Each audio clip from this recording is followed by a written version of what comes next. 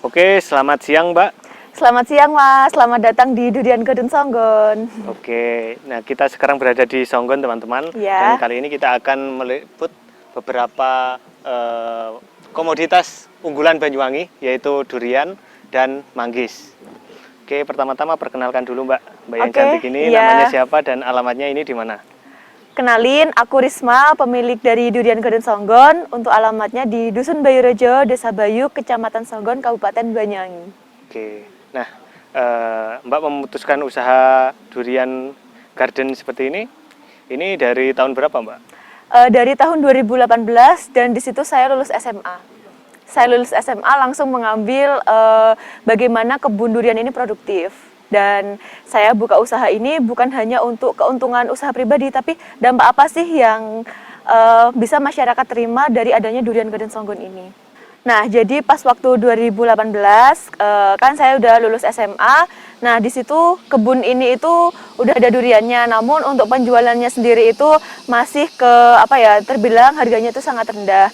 Nah, bagaimana caranya saya itu bergerak kayak memproduktifkan kebun ini dan menaikkan harga kualitas durian lokal itu naik kelas seperti itu. Iya ya, berarti mengangkat komoditas lokal intinya ya, Iya. Mbak ya. Dan untuk durian yang ada di sini ini berarti lokal semua, Mbak? Untuk durian lokal di sini itu lokal semua. Ya. Dan ada 3 durian yang sudah disertifikat oleh Kementerian Pertanian Republik Indonesia.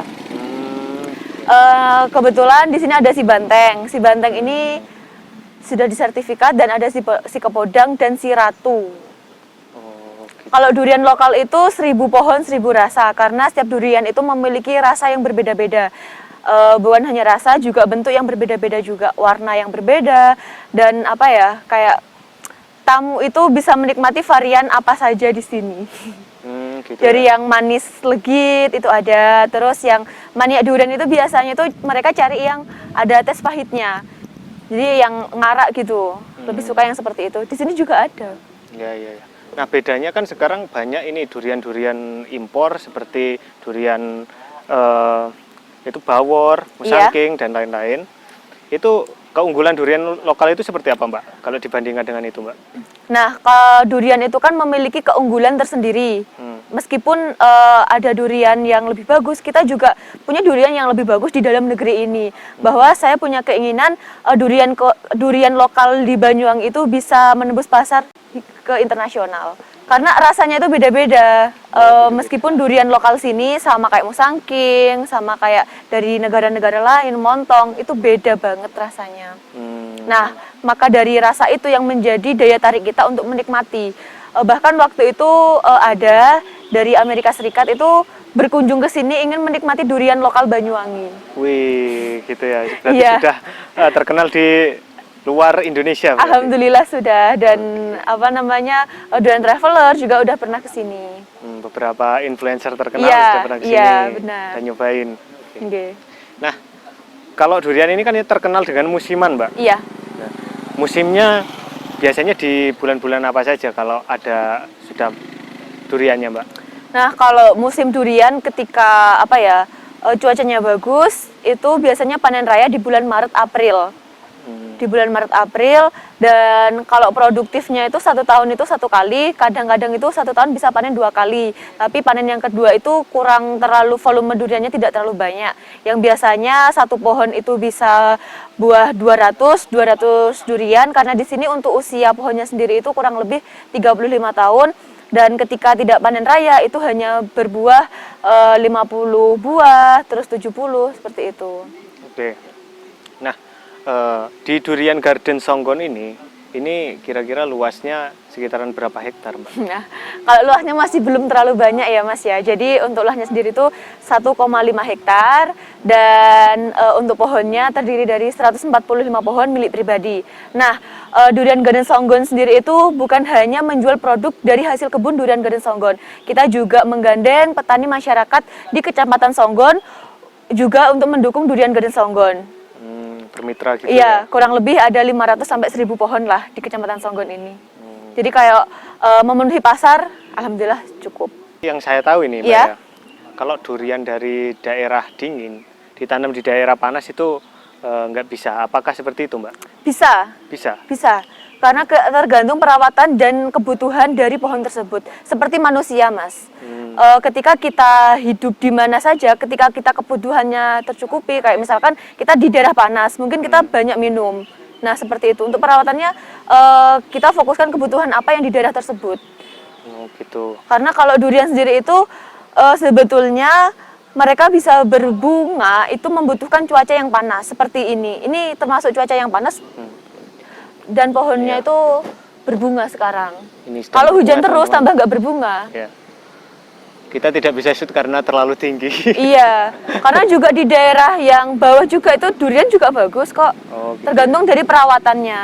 Karena mungkin perlu perawatan khusus kayak lebih dingin atau itu kan juga bisa dikasih kayak apa daun kelapa biar tetap dingin anyep gitu. Oh, jadi dikasih Iya, angin-angin seperti itu.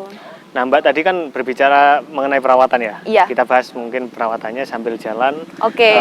Yang pertama yang kita bahas ini untuk media tanamnya dari pohon durian ini sendiri, Iya. Mbak. Ini menggunakan apa, Mbak? Kalau dari durian di sini tuh masih terbilang tradisional. Tradisional banget dan untuk apa namanya pupuknya sendiri itu kita menggunakan ya dari kulit durian yang Sudah ini ya, sudah lapuk gitu ya. ya terus juga menggunakan apa namanya kotoran hewan seperti itu. Selama ini masih tradisional banget. Dan kalau durian lokal yang sudah tua itu kita lika-likunya untuk menanam itu dulu itu dua-dua, Mas. Oh, Dua-dua. Nah, jadi kita taruh 2 biji ya, Iya. kita tanam. Itu biar ketika sudah berbuah, itu yang satu kurang bagus, misalkan nanam 2, yang satu itu udah berbuah, namun buahnya itu tipis, kita tebang. Oh, gitu. Kita tebang. Nah, contohnya ada yang di sebelah sana, Mas. Ini ada buktinya ini. Nah, Oh, ini. seperti ini. Nah, ini lika-liku menanam durian lokal pada zaman dahulu. Jadi nanamnya itu dua-dua.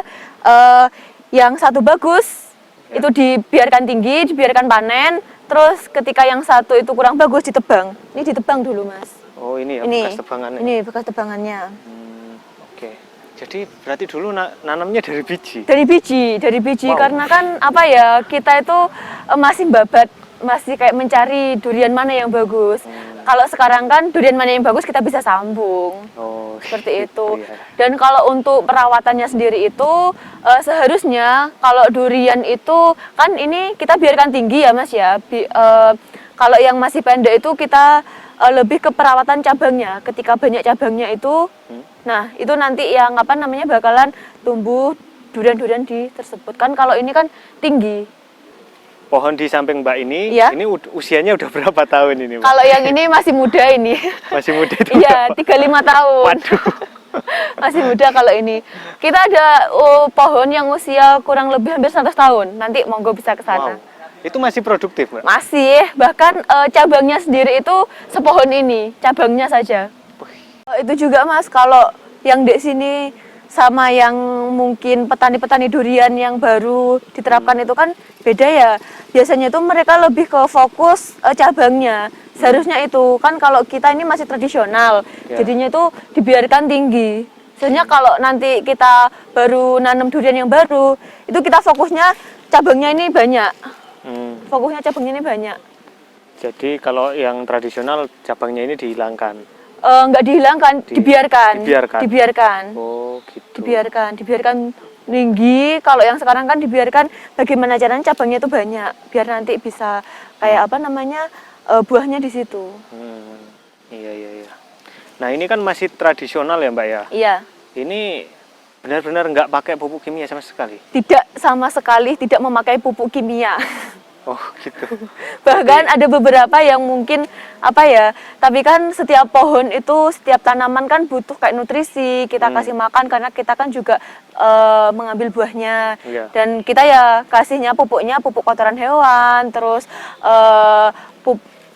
kita kan juga apa namanya itu loh, kulit durian, itu kita buat pupuk sendiri, itu juga lebih bagus. Sama ini ya, kompos daunnya juga. Iya, ya? kompos daunnya juga. Tapi kalau daun kan terurainya lama ya, Mas ya. Jadinya ya masih seperti ini.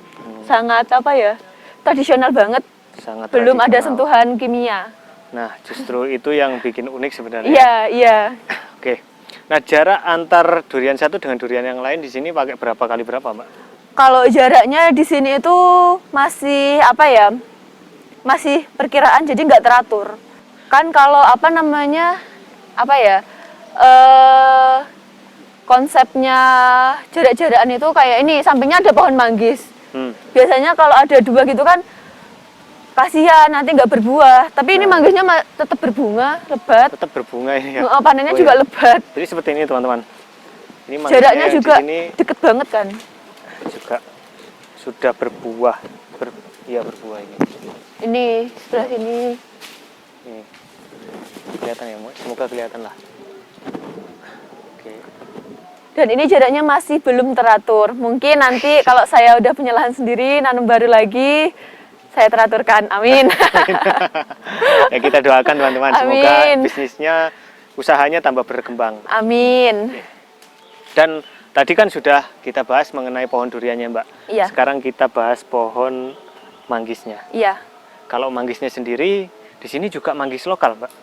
Manggis lokal. Media tanamnya sama. Sama. Jadi di sini nggak ada pupuk kimia sama sekali. Kita cuma ngasih pupuk kotoran hewan itu saja. Oh, Kotoran hewan terus sama sekem. Nggak ada kimia. nggak ada kimianya ya. Ini sangat tradisional. Ini teman-teman. Nah, kalau perawatannya sendiri kalau manggis perlu nggak di insek atau di fungi?